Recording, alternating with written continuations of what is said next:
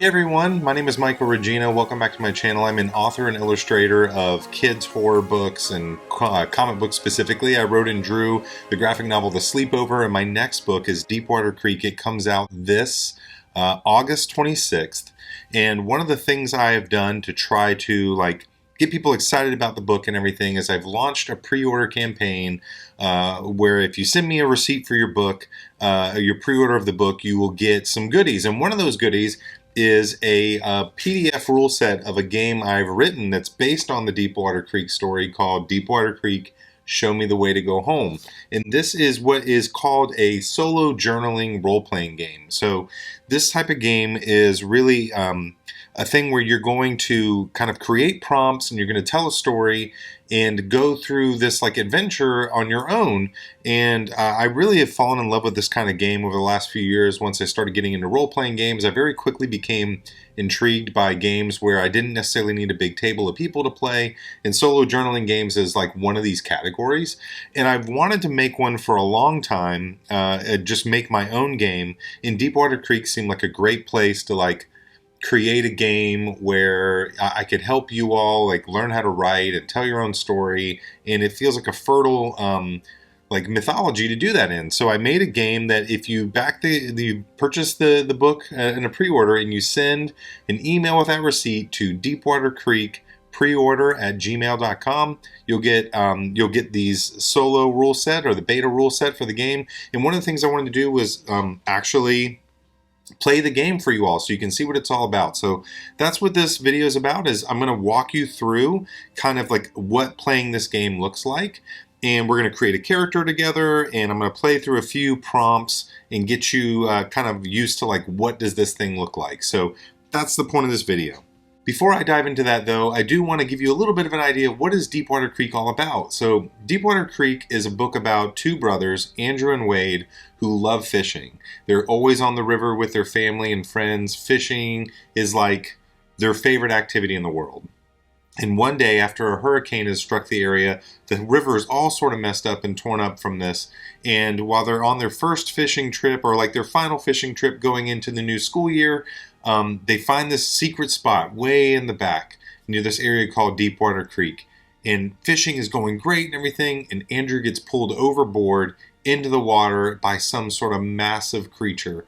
And this thing deeply affects him. He is terrified because of this encounter to the point that he never wants to fish again. There's this strange black goo in the water that he goes into his lungs. And his brother Wade and everyone, they're watching their river fall apart, and he just wants to get his brother back, this companion that he has. And so they stage a plot that they're going to go out onto the river, find this monster, prove it exists, catch it, and reclaim the river for themselves. And they do this all on their own, kind of Stand By Me style. It's that's the whole idea. Was I wanted to make something that felt like Stand By Me meets Jaws and Call of Cthulhu. That's Deepwater Creek. But this environment, this sort of mutated creek-like environment, is the grounds that I thought would make a really cool little solo play adventure. So what do you need to play the game? Well, it's pretty simple. You need a standard deck of playing cards. So just, standard deck of cards. I've got mine here in front of me. You need a couple of D6, which are down here. So 2 D6, which are just 6-sided die, and something to write on. Now, one of the things I got back as a piece of feedback was it'd be nice if there was a character sheet. I do need to make a character sheet for this game. I'm sorry I don't have one just yet. But, a simple sheet of paper where you can track the character creation elements on it is fine.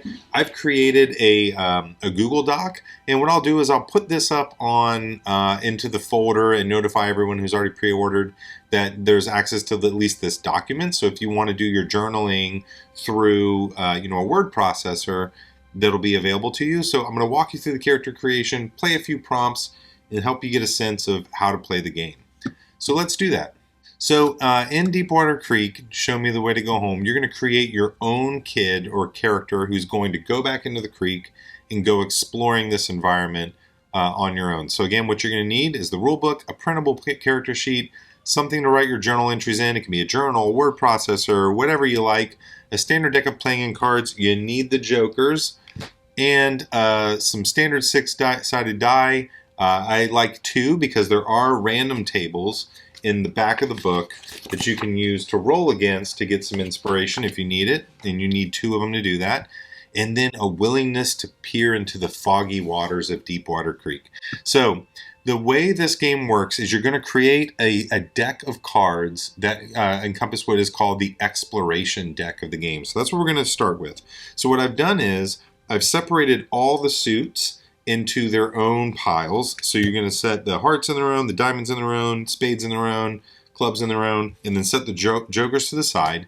And to get this going, you're going to draw 2 cards from each suit and shuffle them together to create one deck and add the joker at the bottom. So I'm going to go ahead and grab 2 cards from each one of these piles, and I'm going to shuffle them up so that they're not, we don't want the suits to be clumped up together, because these cards basically represent the prompts that you're going to play through in the game. So what you're going to do is you're going to draw a card, you're going to read a prompt, and then through that prompt, you're going to, see what happens.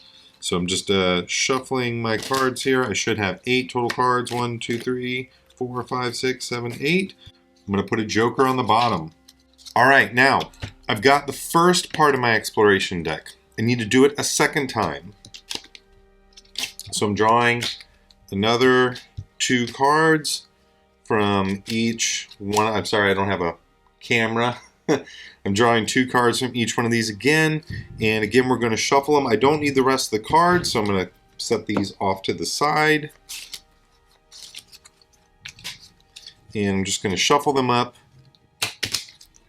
And I'm going to place a joker on the bottom. Sorry if you hear some talking in the background. It's Saturday afternoon. Everyone's kind of doing their own thing in the living room, and I snuck in here to play a little bit of my own game. So we've got 2 decks, 2 exploration decks. You're just going to place one on top of the other. And this is your exploration deck for the game. Set that over. I'm going to put it over. See if I can do this where I get both on the same page. Sweet. So I've got my exploration deck and my dice right here. Now the next thing we need to do, I'm going to zoom in a little bit so we can see these rules a little closer. Also, I did create cooperative play rules. So if you would like to play this game with a friend, you can do the same thing. So what you're going to do is you're just going to do this process a second time, but you're not going to put jokers on the bottom of the decks for the second player. Basically what it's going to be is first player goes, and when that player hits the joker, that triggers, the next player will play, that will trigger the joker prompt for both players. So one deck will have the jokers, one will not. And when that first player gets to the joker, it triggers the joker prompt for everybody. So you can do cooperative play through there. So I created that. Now we're going to create our characters. So to create our character, every character in any story begins with a character who wants something and the obstacles that stand, and then there's obstacles that get in their way. So every story basically encompasses this. So we're going to create a character who's returned to the creek, returned to Deepwater Creek for their own reasons. Now Deepwater Creek is this creek that's deep back in this river called the Enoch River. Symbolism if you're paying attention. And they're going way back into this creek, and the further back you go, things get weird. So we have to have a reason why our character is going. So first things first, we're going to choose a name that fits the story we want to tell. Here are a few to inspire you. So I give you a few. I think I want to I want to use the name Alice. So I'm going to pop over here. And this is Alice. This will be Alice's story. So I'm going to use my rules to figure this out. So Alice is my character. Now, I guess I could pop her name over here. Let's do this. All right. So Alice. And then the next thing you're going to do is just determine her age. So the character's age. So the characters can be any age, but remember that the age of the character sort of sets a tone. So if I want to tell a story that's maybe more complex or serious, I might create a character who is older, right? But teenagers may, you could do teenagers or kids. And so like a teenager might deal with more angst and this sort of thing, like this seeking to be understood. Whereas like younger kids, it might be more about strange exploration, this sort of thing, right? So for this demo, I think I'm going to use a I'm gonna do like a 12-year-old. So I'm gonna go with a younger character in my build. So Alice, I'm gonna just put her at age 12. And we're going to decide on a little bit of a description about her. What do I think about her? I'm going to say she's kind of like... The vision that immediately comes to mind is like Max from Stranger Things. So I think I'm going to kind of say that. Like sort of skater shoes, hoodie, jeans. Yeah, look, like I like this idea. Like she's sort of running away from something. Which then makes me think maybe... So then the question becomes like, well, why is she back here? So like this, I like this idea that she's not this typical kind of girl who would go back here. So why is she back here? So the goal is what drives her to go back. So choose her goal. So to find a missing loved one, I give you some examples here. You can create your own, or you can use one of these ones here. To find a missing loved one or pet, who is it? Why do they matter? To investigate rumors of strange fish in the waters. What have you heard? To escape your current life, what are you running from? To find solitude, why has the creek always given you peace? To recover something lost in the hurricane, what was it and why does it matter to you? I like this idea that lost something due to the hurricane. So my question would be like, well, what? What did she lose? So I'm going to use the tables actually back here to try to get some inspiration. I don't know what she would have lost. So I roll these 2d6 and I can use this table as inspiration. So I've got a 5 and a 4. So that would be something slimy, 63. Fin. So these words actually are conjuring specifically ideas of, so maybe I'm going back here. So maybe I'm going to combine a couple things. So I'm going to combine the idea that lost a pet or someone. So I'm going to say... She lost, find a missing loved one or pet. Recover something lost from the hurricane. So I guess I'm just going to go with this one. To find a missing loved one or pet, who is it and why do they matter to you?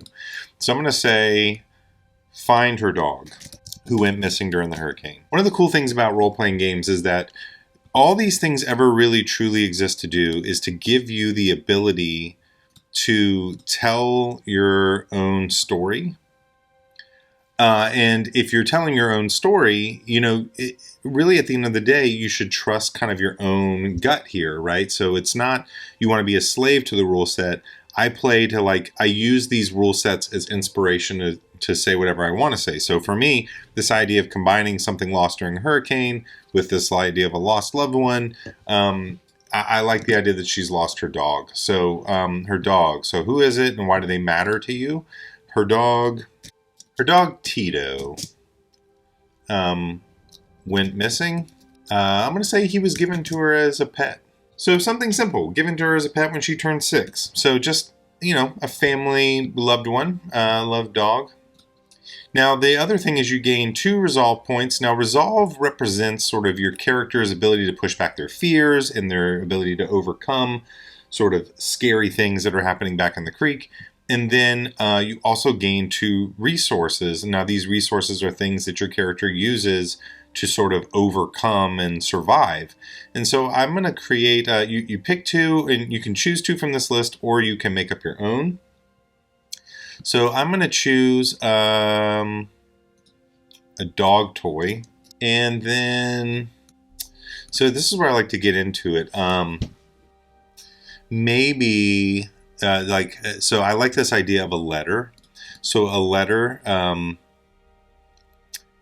letter, who's it from? How does it make you feel? And I want to actually tie this in more emotionally. Why would the dog matter and what all this stuff? So I'm going to say a letter from Grandpa. He gave me Tito.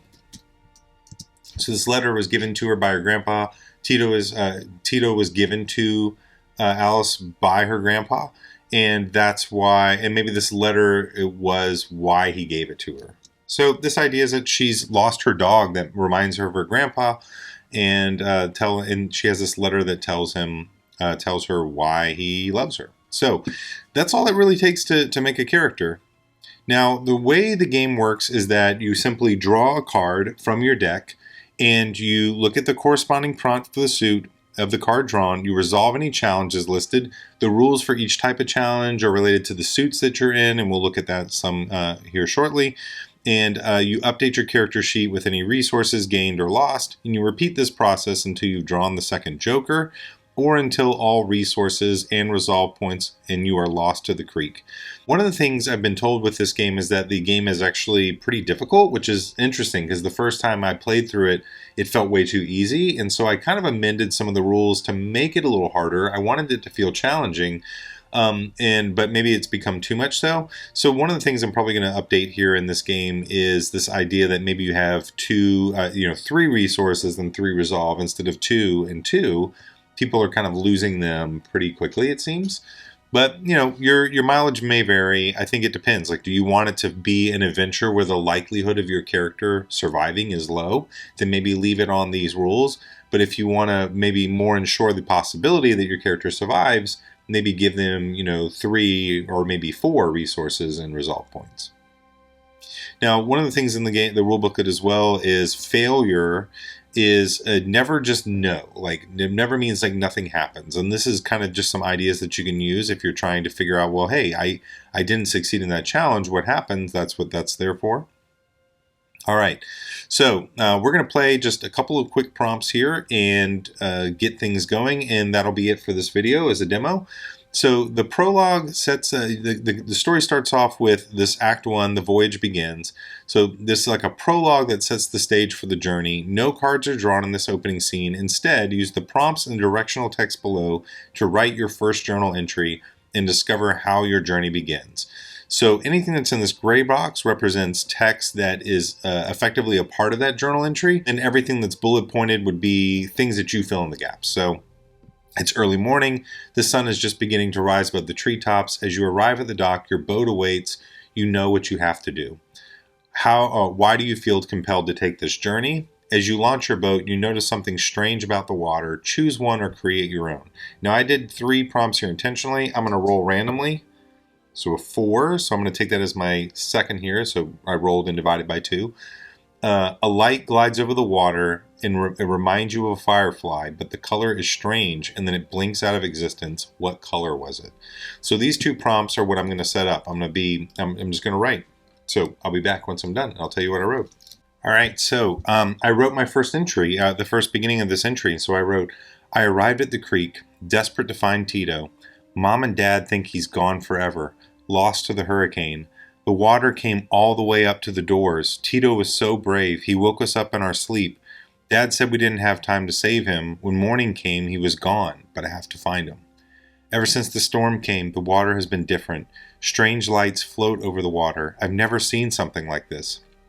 They look like fireflies, but I've never seen one that's pink before, and it disappears. So that's the first part of this prompt. So let's continue on. So it says, you push off, unsettled but determined. The strangeness fades behind you, or you convince yourself it does. As you travel deeper into the creek, a thick fog settles in. You've never gone this far back before. At first you think the fog will pass. It doesn't. You're lost. You slow down, trying to regain your bearings. Any navigation or communication tools you brought are useless. No signal, no response. Something is wrong. You hear water rushing ahead. Something is moving towards you. A creature, massive and fast, bigger than your boat. There's no time to react.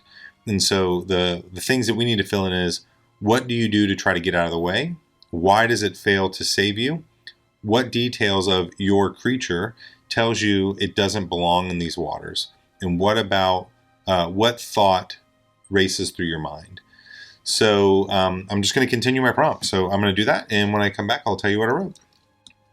All right, so I wrote, I'm so lost. Why did I think I could do this? This fog is getting thicker, too much for me to see through. Suddenly, something thumps my boat. I see a fin, huge, bigger than anything I've ever seen in this creek. Slimy and sharp. I went ahead and used those prompts I got earlier to help describe this here. It turns and comes right for me. I try to steer the boat away, but I don't have time. It's too fast. I wonder if Mom and Dad will ever find me before it's too late. I'm sorry. So that's my next part to this. Now let's see what the final part of the prologue asks for. So time passes. You wake to silence, dazed, disoriented. The light has changed. It's clearly later in the day. How much time do you think has passed? How does the landscape feel more threatening now?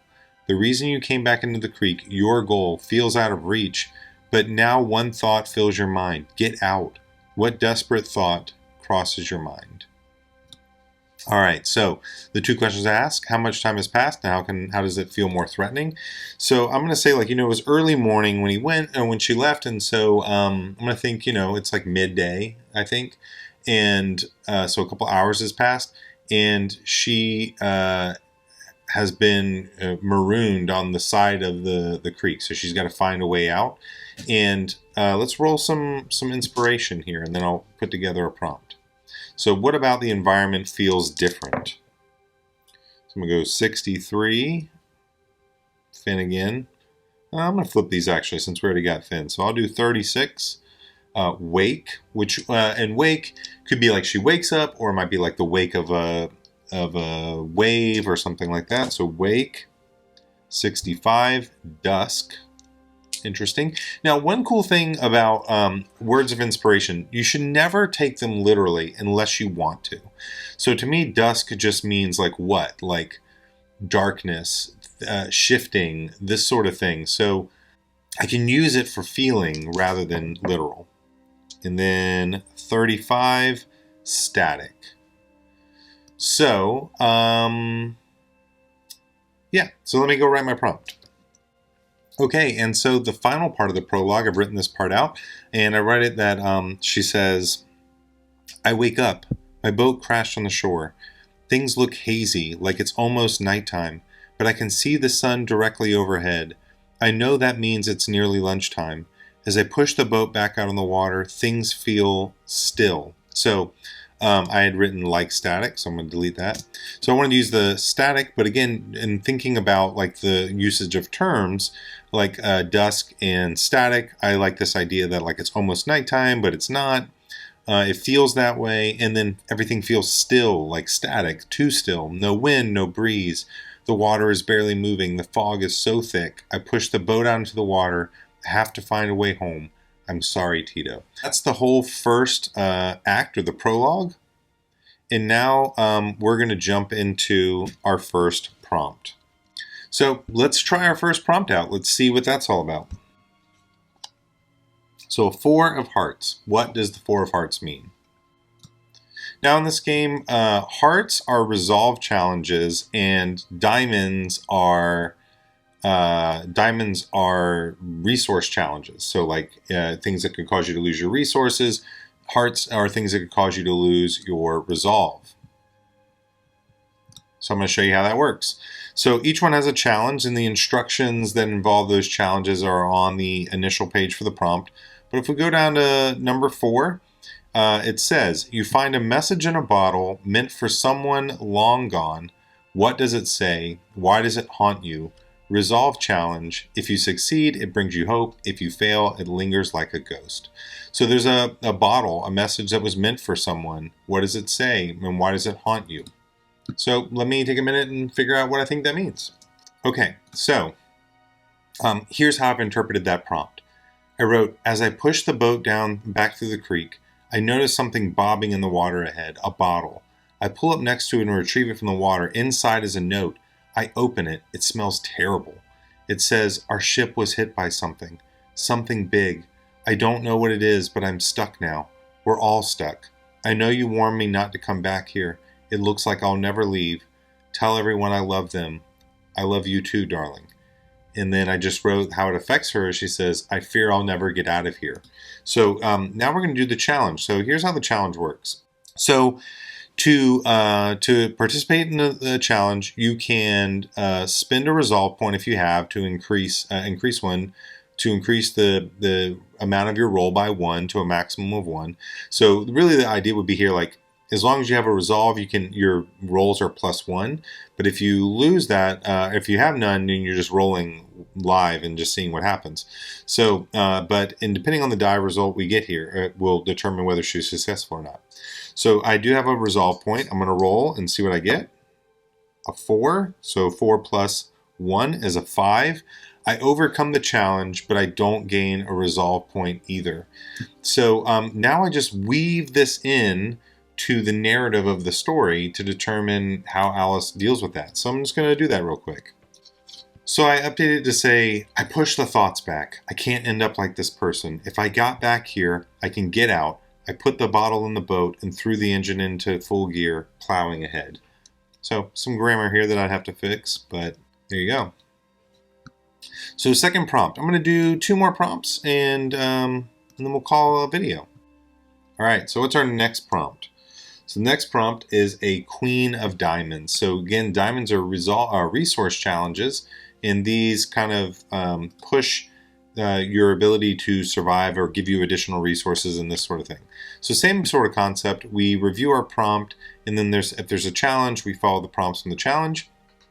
And so the challenge here on the Queen of Diamonds, the engine dies, leaving you adrift in the fog. What shape looms in the mist? What memory returns in the silence? So on the resource challenge, you either fix the engine and it roars back, or on a failure, you drift along. So let me go ahead and roll the resource challenge and see how that works. So I have 1 resource. I'm going to use sort of that note as like a challenge to be like, I'm going to push my way through this thing. Like, Grandpa was resourceful. I can figure this out. Maybe like conjures a memory of her grandpa, that like how he fixed things. So let's see. So a +1. So that equals a 3. And on a 3, failure and things go bad. I'm sorry, that's a 2. I can count. Failure and things go bad. Lose 1 resource. If you used a resource to help, it must be that one. So I'm going to say she was using this letter as her resource. So let me write the prompt out and I'll let you know how it goes. All right, so this is what I wrote. As I push the boat along, my engine suddenly dies. The boat hurtles through the water. I can't see. As I panic, I remember what Grandpa used to say, how he always reminded me that I can solve any problem if I put my mind to it. I take the note, grip it tight. I try to fix the engine, but nothing is happening. In frustration, I smack the stupid thing. I lost the note. I lose the note. It falls into the water. I try desperately to reach for it, but soon the fog envelops it. With no engine, I can't get it. I lay down in the boat and sob as I drift aimlessly along. Thank goodness there are paddles on board. So I figured she eventually realizes there's paddles, so she's not completely aimless. So let's do 1 more prompt, and that will be it for like this brief playthrough. If you guys are really enjoying this, I could always come back and continue it. But I wanted to just do a demo of the game for you all. All right, so scene 4. This is a Ace of Spades, right? Yep, Ace of Spades. So let's take a look at what the spades are. So, Spades, your creature from the depths. So, just a quick overview. So, we have the resource challenges, the resolve challenges, and then spades represent creature challenges. So, creatures that are in the water that are facing your character. And then the clubs one is more, there's no challenges in the clubs. It's entirely about atmosphere building. But let's see what happens in this one. So, on the Ace of Spades, it says, something bumps your boat. It soon strikes again. You look. Your creature is back. So this is the creature from the prologue. How is it following you now? What new feature do you notice? Creature challenge. Escape its attack. If you succeed, you manage to escape its sight. If you fail, it's marked your boat. So the challenge here. I spend 1 resolve and or 1 resource if I have them. I can add 1 for each, and I can gain up to +2. So I'll roll a 6. On a 1 through 5, I lose 1 resolve point or the resource that was used, my choice. On a 6+, I escape and I don't gain anything. So I've got 1 of each. I'm gonna use both and give a +2. Boom. So I rolled a 7. So I managed to escape this thing. I don't lose anything, but I managed to continue. So let's look again at the prompt. If I succeed, I manage to escape. If I fail, it's marked my boat. So what new feature did I notice as this creature bumps into the boat and it soon strikes again? So let me take a minute and I'll write that up. I'm actually going to use the prompts here to try to get some additional inspiration. So what do I notice about it that's different? 46. Wound. Ooh, so it's got maybe a wound. And 42. Tether. Okay, so let me incorporate this. Okay, so here's how I wrote it. So I actually decided to move the paddles thing into this scene. It seemed to make more sense. But as I continue to drift along, something slams into the boat. I look. Those giant fins are back. Whatever that thing is, it's hunting me. I notice a wound on its back. Something bigger attacked it. Something bigger? How is that possible? A tentacle stretches from its wound like something latched onto it and lost its arm. I discover paddles under the seat of the boat. I have to get out of here before it finds me. I paddle hard and pull behind some trees. The fog obscures me. The creature seems to have lost me. I watch as it swims away. I can at least keep moving now.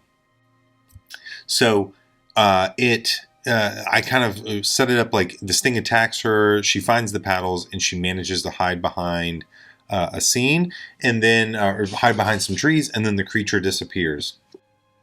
And so that's basically the way the game is played. Just to show you what like the clubs prompt is. So I went ahead and pulled the next one, and that is a 9 of clubs. And let's just see. So like these ones are designed to give us some moments of calm. And so I'll leave you maybe with this prompt, or you can, remember, pre-order the book, Deepwater Creek, send me the receipt, and you'll get a copy of these rules, and you can just pick up the story and continue if you like what I'm writing. But the prompt is the 9 of clubs. A boat lies washed ashore far inland, swallowed by trees. A message is scrawled along its hull. What does it say? Who do you imagine left it behind? So you would take that prompt, and again, there's no challenge on the clubs. No challenges on the clubs. So you would just use that as inspiration to write out a scene that adds flavor and context to the story. So that's it. That's Deepwater Creek. Show me the way to go home. If you make it all the way to the Joker scene, you're going to play out a scene in which there's a pivotal moment that involves your goal within the story and pushes you forward. And then ultimately in a final confrontation between the monster and the creek and all this stuff. So that's the game. Again, if you pre-order Deepwater Creek through any retailer, I don't care. Just send me and email me a copy of your receipt. You can send that to deepwatercreekpreorder@gmail.com. I will send you a link to some goodies, which include the game, includes some digital wallpapers. It also includes you in an entry to win one of 25 signed book plates, as well as an entry to win some original art from the book. And if this does really well and tons of people sign up, I might expand some of these to add more things. And like I said, I think I would love to get more feedback on the game. My goal would be to take feedback from these beta rules and put it together into like a final polished game that I can sell and like put out to people and do like a Kickstarter or something for in the near future. But I think there's a lot of play testing that needs to happen, a lot of feedback, and I would love to get that from you. And so if you'd like to order my book and see what Deepwater Creek actually is, please do so. Send your pre-order in and you'll get a copy of this game. And then happy gaming. I look forward to hearing what you think. So until next time, bye.